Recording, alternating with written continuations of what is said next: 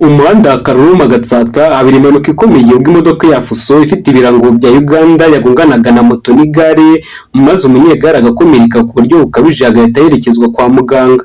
Ababonye iby'impanuka bemeza ko ku mpande zombi habayeho uburangare kuko ibaza kuba ntawe ufite uburangare ku mpande zombi bose nta n'umwe wabigirwaho ingaruka n'iyi mpanuka nk'uko bakomeza babigarukaho. Imbere yanjye turimo turerekeza mu cyerekezo kimwe, njyewe nsigara mu ikorosi rya Berazi hariya barakomeza nyine agiye gushaka umugenzi, akomezanyije umugenzi avuga ati njyewe shoferi we n'ubundi we kuko twebwe nta kintu twamuvugishije twamwihoreye, hari n'abashatse kugenda bashaka kumubwira bimeze nanjye nari nyigera hari imbere ndi kuza, noneho mu gihe nari nyigera hari imbere umugenzi baratsifu numva ibintu birakubise byada, yinjiye mu mukono utari uwayo, yinjiye mu mukono utari uwayo ibikubitanye n'abanyonzi, ikubise n'abamotari. Urabona umunyonzi yaturukaga Nyabugogo Shakumani uri kuva hariya Karuruma, ubwo mu gihe umunyonzi ari kuva Nyabugogo ukoresheje ikosa kuko iramwipashije, abamotari bose irakomeza aturutse hano aragenda agera hariya hirya aho bayisanze ihagaze, amajije bose kubakusanya aribwo bari barimo baragira ubwo abantu bitabasha ntabwo yakomeretse bikabije yagiye no ku kavuriro kari hanze aho ambulance ntabwo yamujyanye.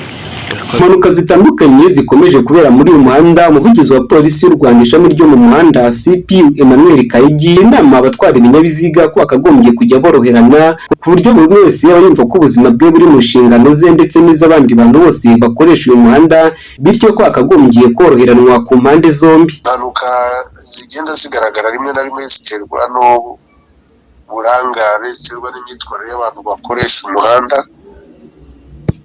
No kwibutsa abantu ko iyo umuntu ari mu muhanda aba atwaye imodoka agomba kwitekerezaho akazirikana mu kazi ari gukora, ariko akibuka yuko no mu muhanda harimo abandi bantu bari gukoresha umuhanda kugira ngo habeho kwirinda impanuka.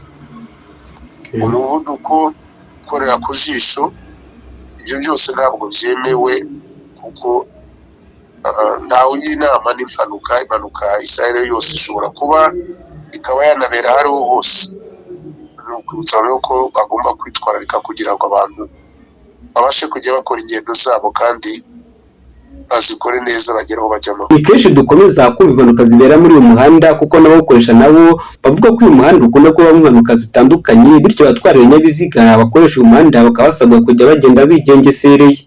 Gendisengiyumva Gisa Steven, ATV mu mujyi wa Kigali.